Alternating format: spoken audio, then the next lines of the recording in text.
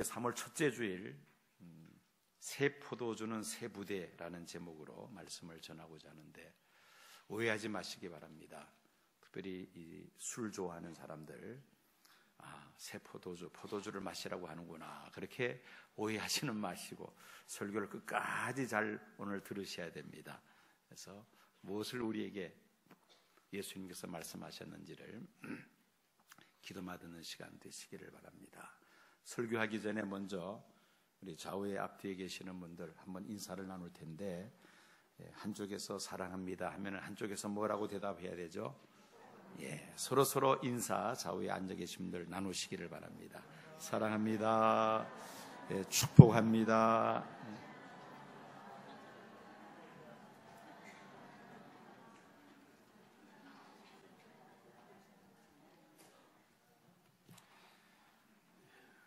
금년은 마틴 루터에 의해서 종교개혁이 일어난 지 500주년을 기념하는 아주 뜻깊은 해입니다. 또 그러면서도 우리 시온교회는 교회 창립 50주년을 맞이하는 또 뜻깊은 해이기도 합니다. 구약 성경을 보면은 50년째 되는 해를 희년이라 불렀습니다.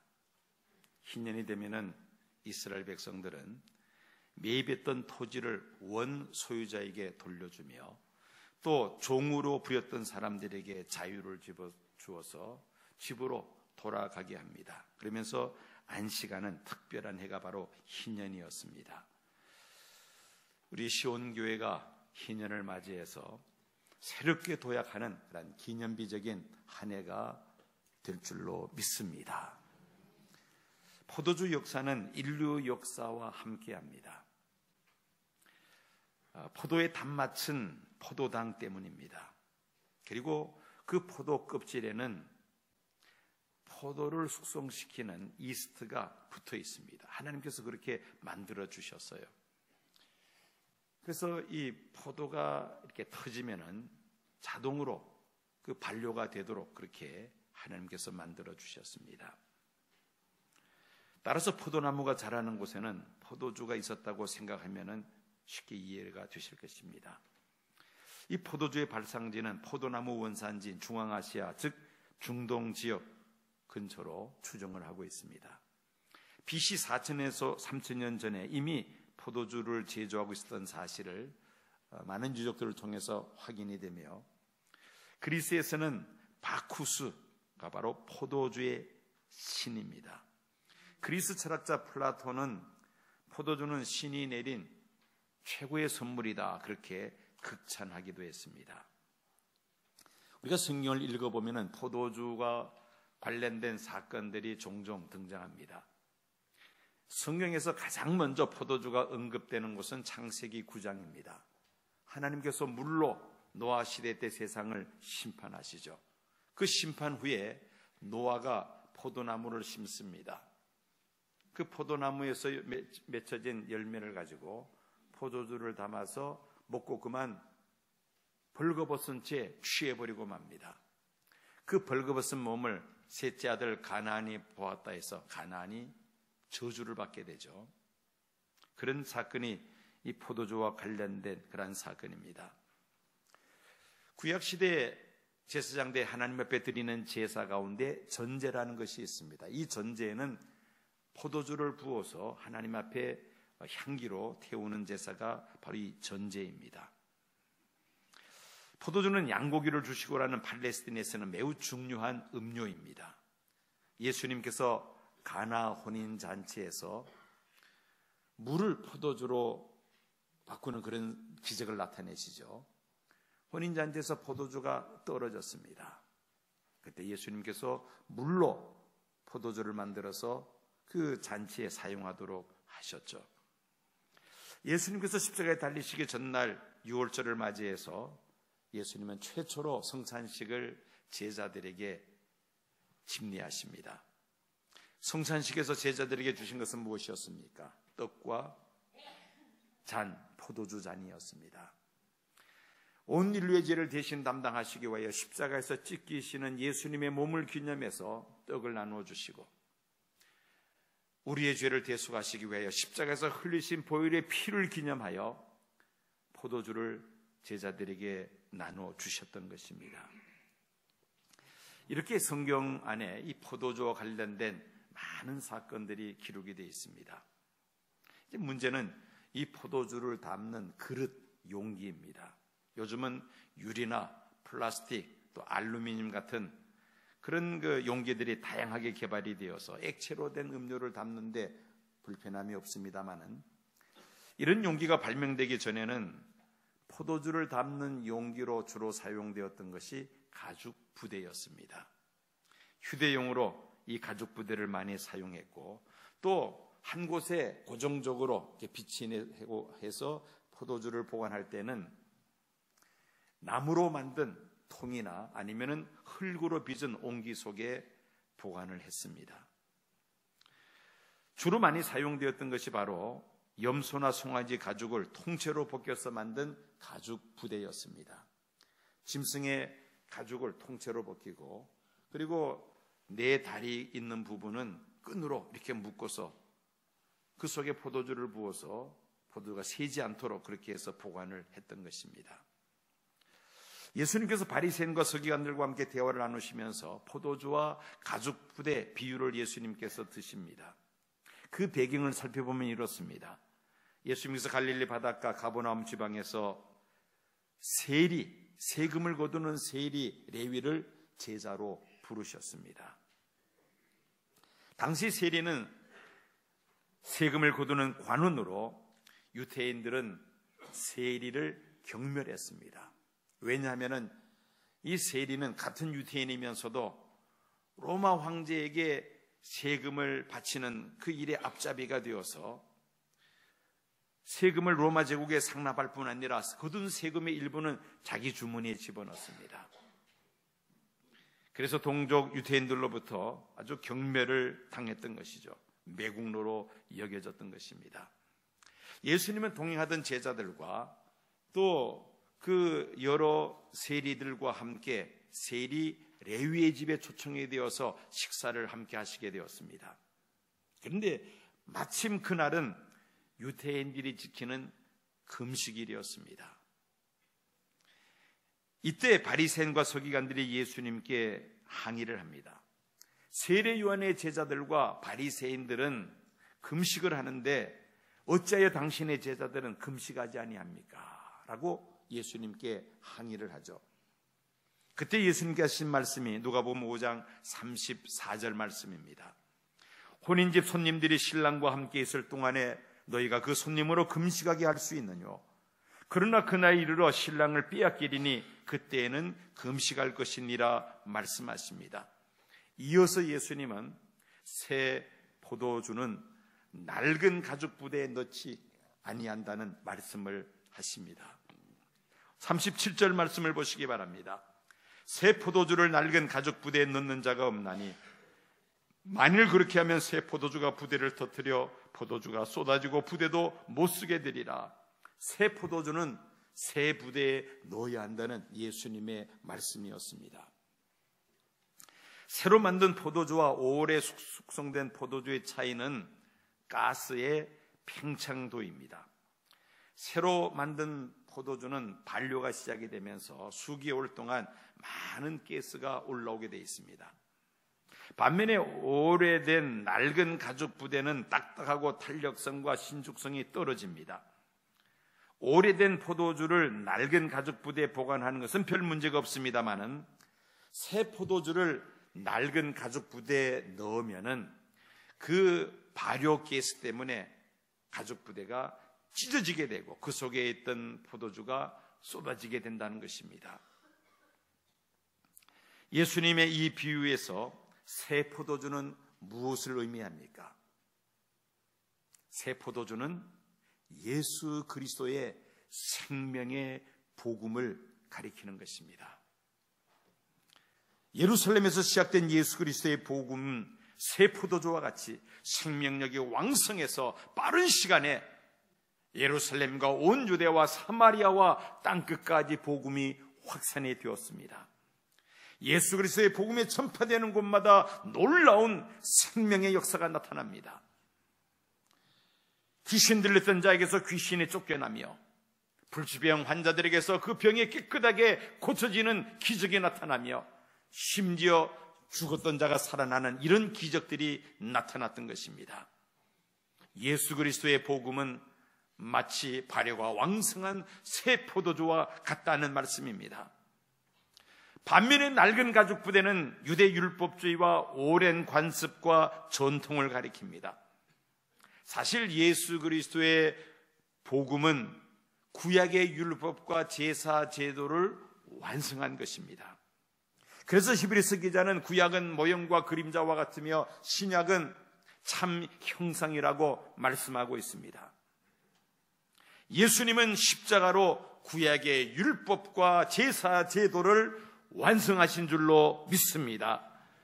그러나 당시 종교 지도자들은 예수 그리스도의 복음을 받아들이지를 않았습니다.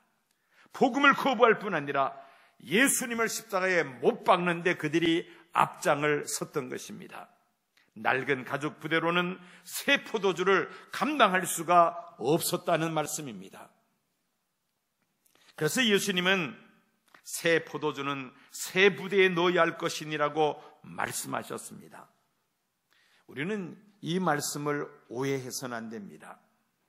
나는 신앙생활한 지 오래된 신자에게 낡은 가죽 부대이구나, 이렇게 오해해서는 안 된다는 것입니다. 나는 교회에 중직을 맡고 있는 사람이기 때문에 나는 낡은 가죽 부대와 같구나, 그렇게 우리가 오해해서는 안 된다는 것입니다. 결국 나 같은 신앙 연륜이 오래되었고 교회에서 중직을 맡은 사람은 이제 뒤로 물러서야 한다는 말이구나, 이렇게 오해해서는 안 된다는 말입니다. 새 부대는 성령으로 말미암아 새롭게 변화된 마음과 교회의 본질에 맞는 새로운 교회 구조와 사역을 가리키고 있습니다. 과거에 하나님의 은혜로 회개하고 예수님을 구주로 영접하고 거듭난 성도랄지라도 날마다 새로워지지 아니하면 우리는 낡은 가죽 부대와 같은 성도가 될 수밖에 없습니다. 새 포도주와 같은 복음은 변할 수 없습니다. 그러나 그 복음을 담는 그러신 교회의 구조와 사역은 시대마다 새롭게 변화되어야만 합니다. 복음은 무한하지만은 지역교회는 유한합니다. 교회는 부흥하기도 하고 쇠하기도 합니다. 미국이 세워질 그 초기에는 영국과 유럽에서 넘어온 청교도들에 의해서 장로교회와 감리교회가 우세였습니다. 그런데 지금은 군소교단으로 전락하고 말았습니다. 반면에 침례교회, 오순절교회, 독립교회들이 크게 부흥을 하고 있습니다. 한때 성도들로 가득 찼던 유럽의 오래된 교회들이 이제는 관광객들이 찾는 박물관으로 전락하고 말았습니다. 노인들만 모이기에 교회 건물을 도저히 유지할 수가 없어서 유흥업소에 교회 건물을 팔아넘기는 그런 일들도 있습니다. 포도주를 담는 그릇과 같은 지역교회는 영원하지 않습니다. 그러나 교회가 새 포도주를 담는 그릇으로 새 부대로 사용되어지기 위해서는 계속해서 새로워져야 한다는 것입니다. 교회 조직과 사역이 새롭게 변화되어야 할 줄로 믿습니다. 종교개혁은 지금으로부터 500년 전 독일에서 마틴 루터에 의해서 시작이 되었습니다. 당시 마틴 루터는 로마 천주교에서 운영하는 비텐베르그 대학의 성서신학 교수였습니다. 로마 교황청에서 면죄부를 팔아 거대한 예배당을 건축을 하고 또 성지로 십자군을 파병하는 데 들어가는 막대한 재원을 마련했습니다. 이때 마틴 루터는 로마서 1장 17절 하반절 말씀, 오직 의인은 믿음으로 말미암아 살리라. 믿음으로 말미암아 우리가 구원받는 것이지 행위로 면죄부를 돈을 주고 사서 구원받는 것은 아니라는 것이죠. 비텐베르그 교회 정문에 95개 조항으로 된 면죄부 효용성에 대한 반박문을 게시함으로 인하여 종교개혁의 신호탄을 쏘아 올렸습니다. 로마 교황청, 로마 천주교회라는 낡은 가죽 부대를 가지고서는 도저히 새 부대와 같은 예수 그리스도의 복음을 담을 수가 없었다는 말입니다. 그래서 개혁교회가, 프로테스탄트 교회가 탄생이 됩니다. 딱딱한 껍질에 쌓여져 있는 가재, 새우, 게 같은 이런 생물들은, 이 갑각류 생물들은 성장하기 위해서 주기적으로 반드시 껍질을 벗는 탈피가 있어야만 합니다. 그 과정이 없으면은 그 갑각류 생물은 자라지를 못하고 그냥 고사해버리고 말 것입니다. 중소형 개는 1년에 두세 차례, 큰 개는 1년에 한 번 반드시 껍질을 벗는 그 탈피 과정을 거치게 됩니다. 껍질을 벗지 아니하면은 더 이상 그 개는 자라지를 못합니다. 그러다가 고사해버리고 맙니다. 새 포도주를 담기 위해서는 새 부대가 되어야 할 줄로 믿습니다. 자, 우리가 낡은 가죽 부대가 아니라 새 부대가 되기 위해서는 어떻게 해야만 합니까? 오늘 여러분들에게 세 가지를 말씀드리려고 합니다. 첫째는 새 마음을 가져야만 합니다. 한번 따라해 보시겠습니까? 새 마음을 가지자.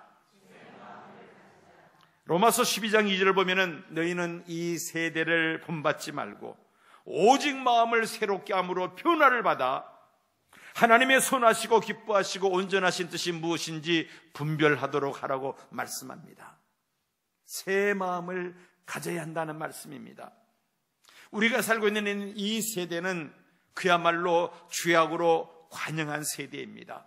갈수록 음란하고 폐역한 세상으로 타락하고 있습니다.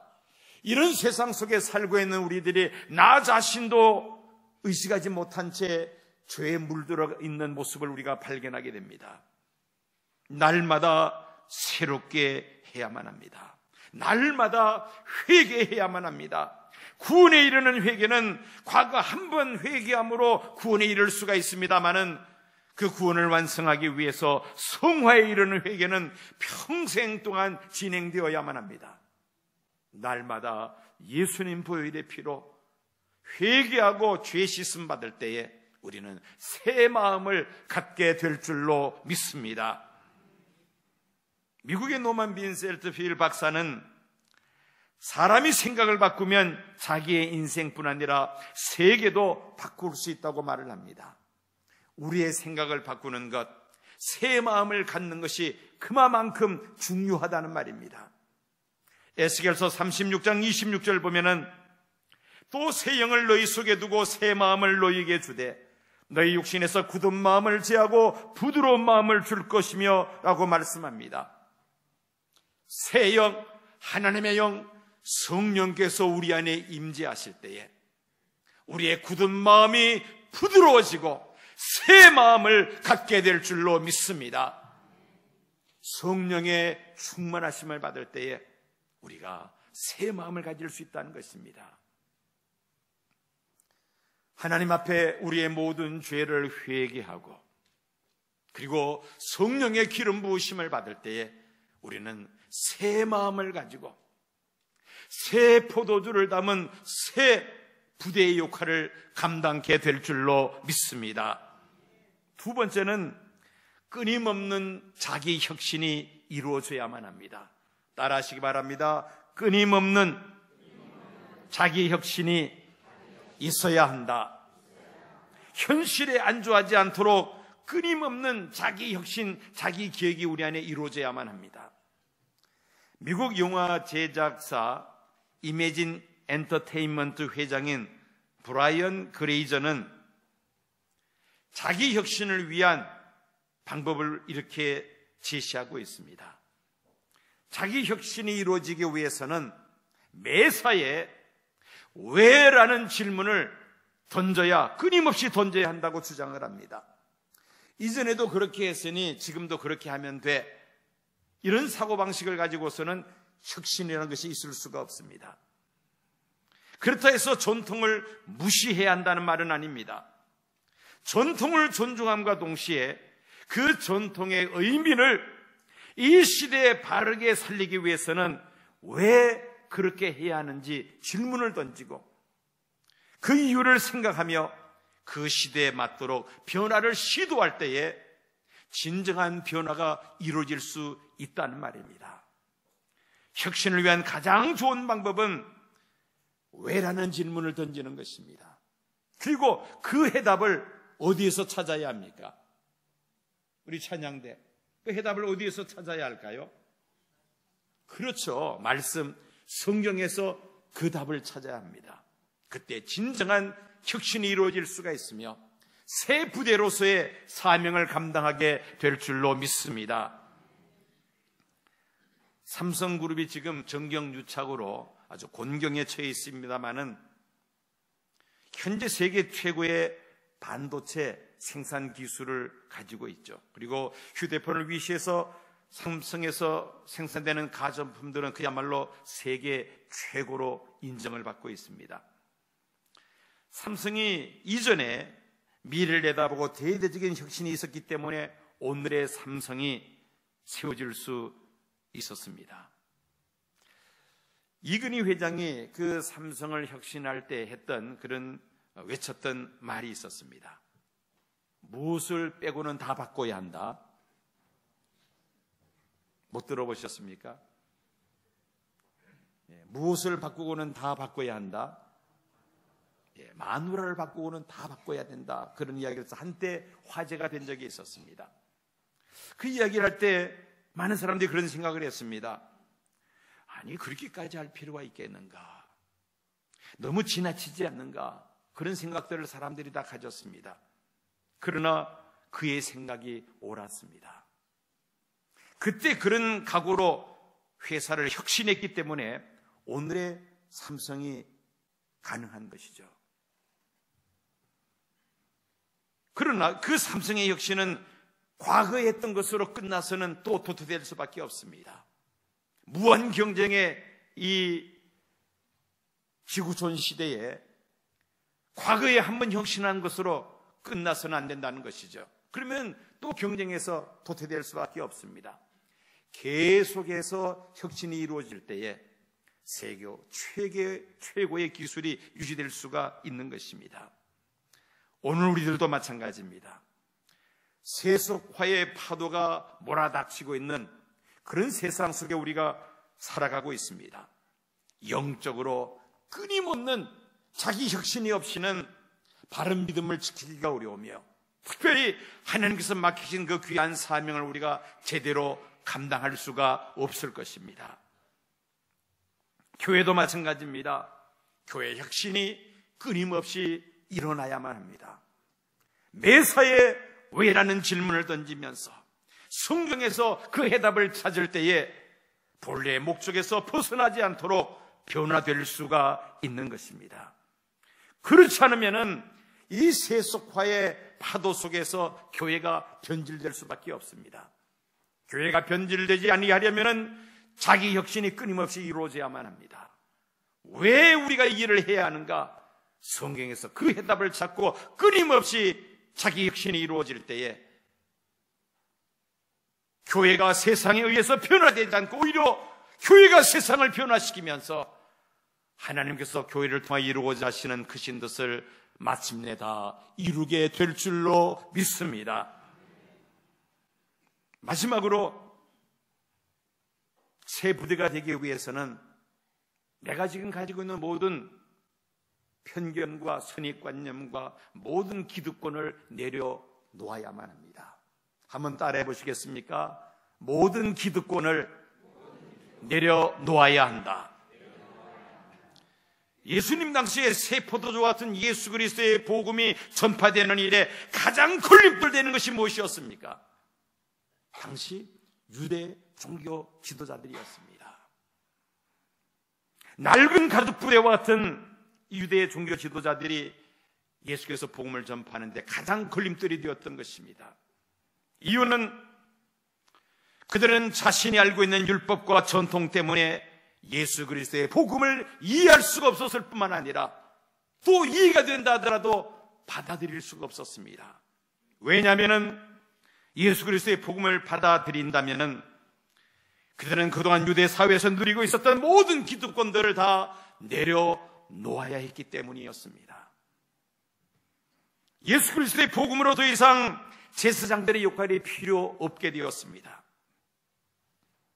수천 년 가업으로 내려왔던 제사장들, 이제는 하루아침에 실직하게 되었습니다. 서기관, 바리새인, 율법사들 할 일이 없어져 버립니다. 어디를 가더라도 이들은 유대인들로부터 존경을 받았고 어떤 모임에 참석하더라도 상석을 차지했던 사람들이었습니다. 그런데 신약시대에 들어와서는 그들이 설 자리가 없어지고야 말았습니다. 예수님께서 예루살렘 성전에서 천국 복음을 전파하실 때 가장 반발했던 사람이 누굽니까? 대제사장이었습니다. 그리고 제사장과 서기관과 바리새인과 장로들이었습니다. 그 당시 유대 사회의 종교 지도자들이었습니다. 수천 년 동안 누려왔던 모든 기득권들을 다 내려놓아야만 했기 때문이었습니다. 오늘날도 마찬가지입니다. 진정한 혁신을 원한다면 예수 그리스도의 복음 앞에서 내가 가지고 있는 모든 선입관념, 나의 편견들, 나의 고집, 내가 지금 쥐고 있는 모든 기득권들 다 내려놓아야만 합니다. 사실 그 기득권 내려놓는 것이 하나님 앞에서는 아무것도 아닙니다. 티끌과 같은 것이죠. 장차 우리가 하나님께로부터 받을 그 복을 생각한다면 그거는 아무것도 아니라는 것입니다.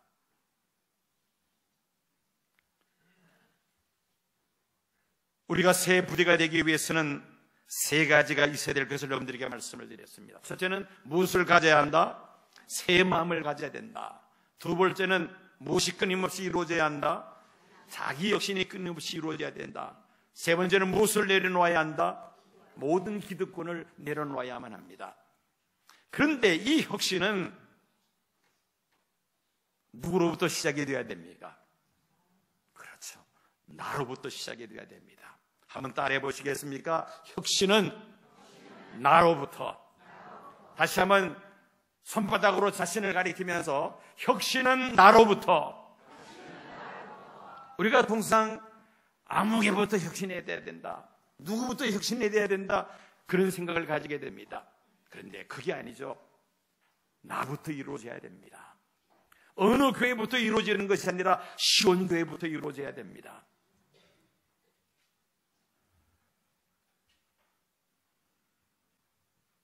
(2001년 10월) 미군이 아프가니스탄을 공습할 때 그만 실수로 유엔이 만든 식량 창고를 폭격했던 일이 있었습니다.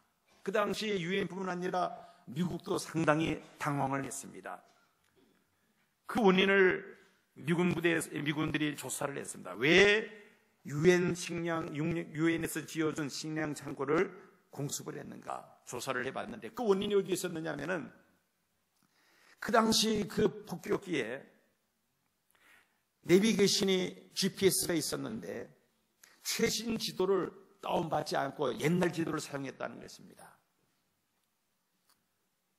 새로 업데이트된 지도를 사용해서 했다면 정확하게 타겟에 명중시킬 수 있었을 텐데 그만 옛날 지도를 사용했다는 것이죠. 영어로 이런 말이 있습니다. Be sure to update your navigation system map 이라는 말이 있습니다. 당신의 내비게이션의 지도를 업그레이드 시켜야 된다. Update your map and hit the road. 내비게이션의 지도를 업데이트 시키고 달려라, 그런 말이 있습니다. 여행을 할 때 어떻습니까? 옛날 내비게이션 지도를 가지고서는 여행할 때 낭패보기가 쉽습니다. 새로운 지도를 다운받아서 우리가 운전을 한다면 정확한 목적지에 우리가 갈 수가 있을 것입니다. 다시 말해서 새 것을 가져야 새 역사에 우리가 동참할 수가 있다는 말씀인 것입니다. 옛날 지도를 갖다 놓고 옛날에는 이렇게 했는데 왜 이렇게 안 하느냐고 그렇게 해서는 우리가 시대적 사명을 감당할 수 없다는 말입니다. 금년은 우리 시온교회가 창립 50주년을 맞이하는 해입니다. 우리 시온교회가 과거에 20년, 30년 전만 하더라도 강북에서 우리 시온교회를 따라올 교회가 없었습니다. 그만큼 교회가 앞서가며 발전했던 그런 교회였습니다. 우리 교회가 역사는 오래되었습니다만은 그동안의 교회에 여러 가지 어려움이 있으면서 교회가 발전하지 못했습니다.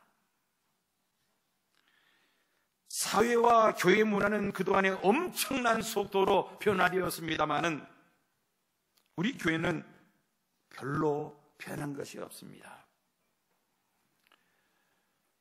이런 변화가 없이는 이 세상을 변화시킬 수가 없습니다. 우리가 진정 자기 혁신이 우리 안에 이루어질 때에 이 변하는 세상에서 우리가 생존할 수가 있고 한 걸음 더 나아가서 이 세상을 변화시킬 수가 있는 것입니다. 이솝의 우물 안의 개구리 우화를 여러분들이 잘 알고 계십니다. 아주 큰 강에서 놀던 개구리 한 마리가 그 우물 안으로 점프해 들어갔습니다. 그 우물 안에는 거기서 태어나서 평생 거기서 살았던 터줏대감 같은 개구리 한 마리가 그 속에 살고 있었습니다. 우물 속으로 들어간 개구리는 그 토박이 개구리에게 자신을 이렇게 소개합니다. 나는 아주 큰 강에서 와서. 그러니까 이 우물 안에 개구리가 픽 웃습니다. 아니, 이보다 더 큰 강이 있어. 이 개구리가 여러 차례 설명합니다만 무슨 말인지 도대체 이해하지를 못합니다. 이 우물안 토박이 개구리가 화를 내면서 그 우물 안에 뛰어들어온 그 손님 개구리에게 말을 합니다. 당신은 정말 미쳤거나 아니면 새빨간 거짓말쟁이고 빨리 여기서 꺼져버리시오. 말도 안 되는 소리를 치거려도 유분서지. 그러면서 그 개구리를 쫓아냅니다. 이 토박이 개구리에게는 우물이란 조상대대로 살아왔던 삶의 터전이었습니다. 그런데 이 개구리가 우물 밖으로 나가볼 생각도 하지 않는다면 이 우물 안의 개구리는 평생 그 안에서 살아갈 수밖에 없는 것이죠. 우리는 더 이상 변화를 늦출 수가 없습니다. 교회의 생존을 위해서 한 걸음 더 나아가 교회의 사명을 위해서 교회는 변화되어야만 합니다. 교회가 혁신되어야 한다는 말씀입니다. 그래서 제재교와 당회에서 시온교회 혁신위원회를 구성하기로 결의를 하고 오늘 그 첫 번째 혁신위원회 모임을 가질 것입니다. 7개 분과에서 앞으로 한 4개월 정도 교회 혁신을 위한 여러 가지 방안들을 연구할 것입니다. 이 혁신위원들은 시온교회 미래 10년을 내다보면서 각자의 분과에서 시온교회 혁신을 위하여 무슨 일을 해야 하고 왜 해야 하며 어떻게 해야 할지를 기도하면서 계획을 세워나갈 것입니다. 분과연석회에서 충분히 토론하고 확정이 되면 당회와 공동의회를 거쳐서 결의를 하게 될 것입니다. 그리고 우리 교회 창립 50주년을 맞이하는 2017년 11월 5일 시온교회 비전 선포식을 갖고자 합니다. 새 포도주는 우리에게 끊임없이 생명을 불어넣는 예수 그리스도의 생명의 복음입니다. 이 복음은 결코 변질될 수가 없습니다. 이 병원은 영원히 우리에게 새 포도주가 될 것입니다. 문제는 그 포도주를 담는 바로 이 그릇이 문제입니다.